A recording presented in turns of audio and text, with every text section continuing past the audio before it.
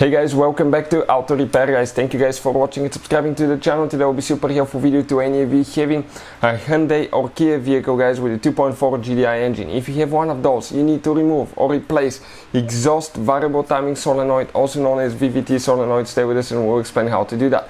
Make sure to stand till the end because 9 out of 10 times actually it's not a bad solenoid that causes that problem. Stay with us and we'll explain how you can fix it. Before we start, let me tell you a little bit about us. Every single car we get at the garage, we try to make at least 200 to 300 free repair videos. Why we do that? Simply because our mission at the shop is to save you as much money as we can. All we need in return, please subscribe to the channel, like the video, that way we can keep providing this free information to you. And for any of you that need to buy any parts or tools for a really good price and quick shipping as well, check out the link in the description of the video below and you can see where we get all our tools and supplies from. With that being said, let's explain what we have here and how we are going to locate and replace that solenoid. This is the engine, 2.4 Gdi engine guys. On the front side of the engine is your intake manifold. So I'll go ahead and just remove the upper engine cover so I can explain a little bit about the engine.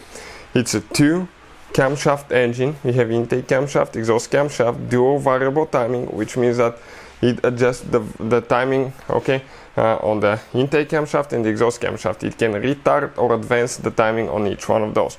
This is the one for the intake side, that Vvt solenoid. This one right here guys, is for the exhaust side. That's the one that we need today. In order to remove or replace that thing, what you need to do, press down here and pull it out. Perfect. Now underneath right here you have one bolt with only 10mm socket that you need to easily remove.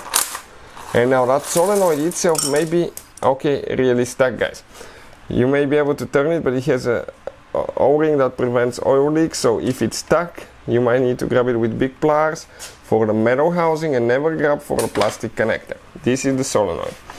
Now you can see how dirty that solenoid is. That means one thing guys, most likely it needs to be cleaned. Now let me tell you something quick guys. Those solenoids, 9 out of 10 times you can test them and find out if they're good and bad, and you can clean them. If you clean them, that will make them work like new again. So most of the times. So we have a special video that explains how to test Vvt solenoid on Hyundai and how to clean Vvt solenoid. So check it out, it will be on our channel and it will teach you everything from start to finish, which is not very complicated. Another thing, if you have problems with this, what else can cause that? If you're using the wrong type of engine oil, or you have low oil level, dirty oil filter or malfunctioning oil filter can actually cause these solenoids not to function correctly as well. So I'll recommend do an oil change the oil filter with the correct ones, and also guys clean the solenoids, and most of the times that should fix the problem. Hopefully the video will be helpful. Thank you for watching and see you guys next time.